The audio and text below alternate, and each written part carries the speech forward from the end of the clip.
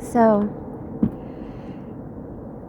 the beasts of our planet don't care about each other's feelings.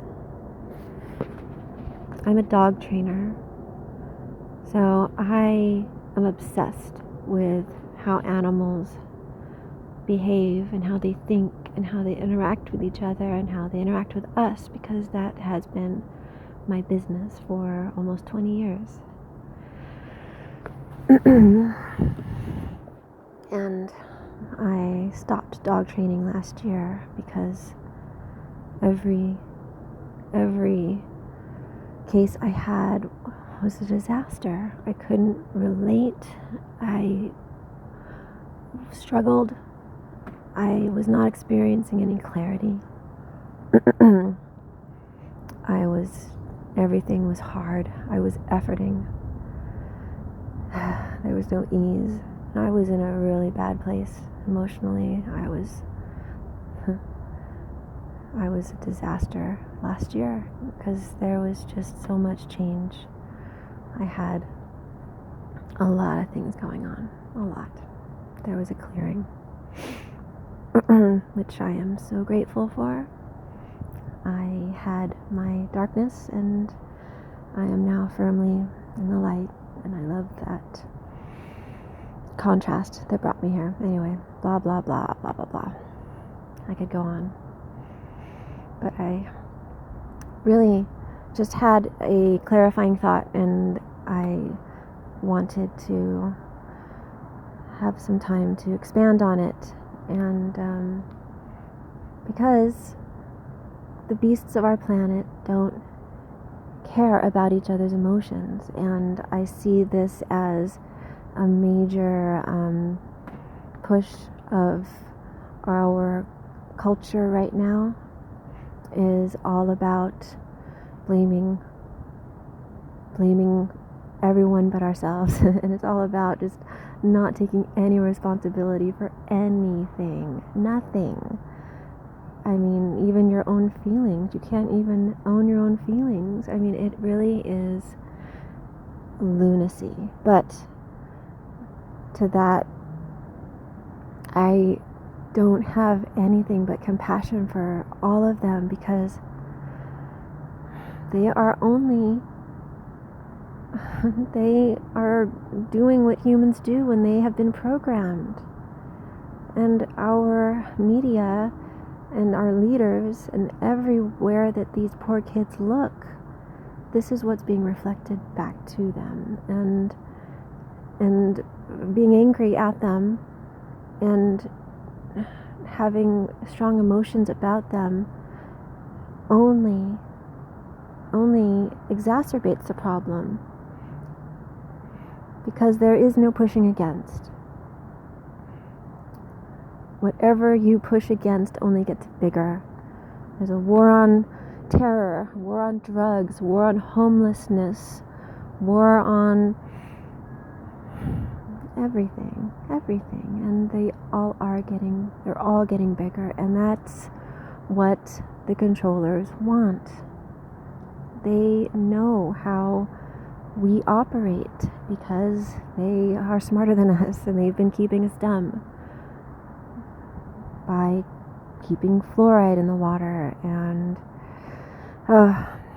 everyone, do the research. It's all out there. The chemtrails. Oh gosh. Anyway, off topic. So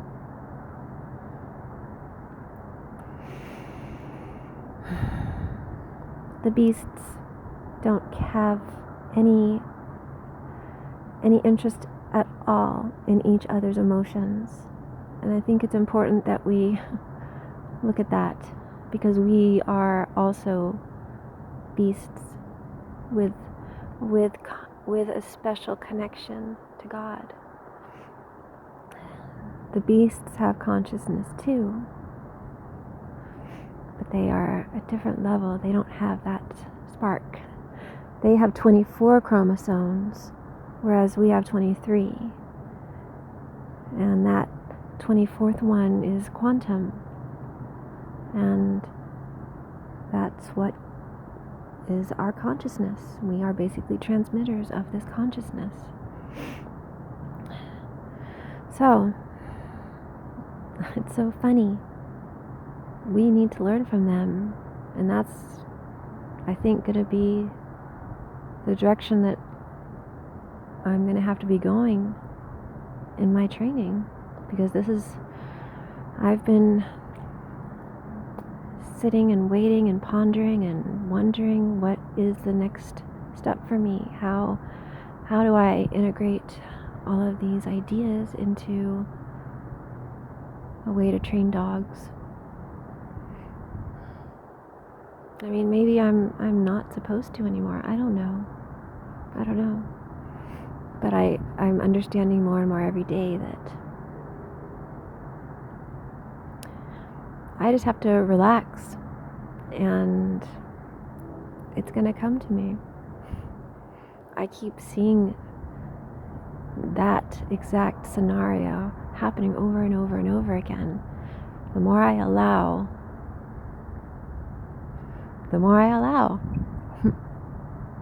the less I am specific in my expectations, the more open I am to... Anyway, I've really gone on a tangent now. You'd have to be really into Law of Attraction and Abraham Hicks to appreciate this. So, anyway, I just see this tactic of giving away our power so clearly. Because what it is, it's essentially a form of entanglement. Every time we have a thought about another being who has a heart, we are entangling with them energetically. I can see this now. I don't know this. I have no science background, but this is what I'm seeing. This is what I'm seeing in my mind's eye, and I'm seeing it so clearly. And I'm seeing just how our resources are all just completely entangled with everything around us. And our job is to disentangle ourselves and bring all of those pieces back into ourselves and reintegrate them and recalibrate them and strengthen them. And I understand now that what happened to me last year was a disentanglement from everybody. And it was painful and hard. I mean, holy crap, so much pain. The last 5 years have been just agony and emotionally. But it is the necessary stuff that needed to happen for me to bring myself back to balance. So here I am. I am in the home stretch. I am.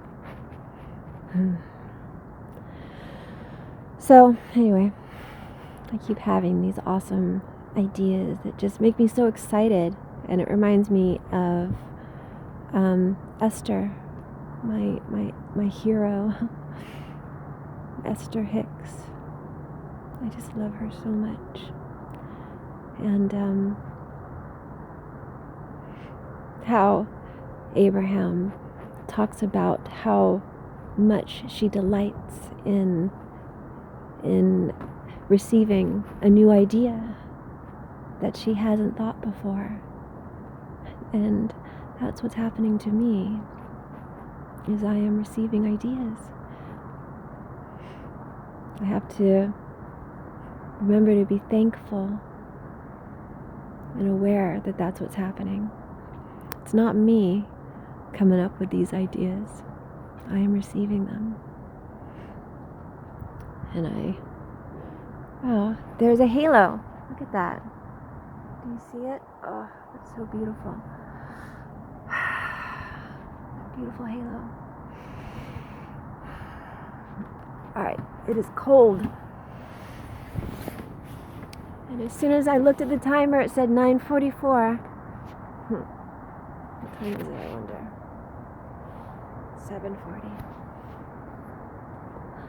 The clock is always fun for me these days, because every time I pick up the phone, there's a 44.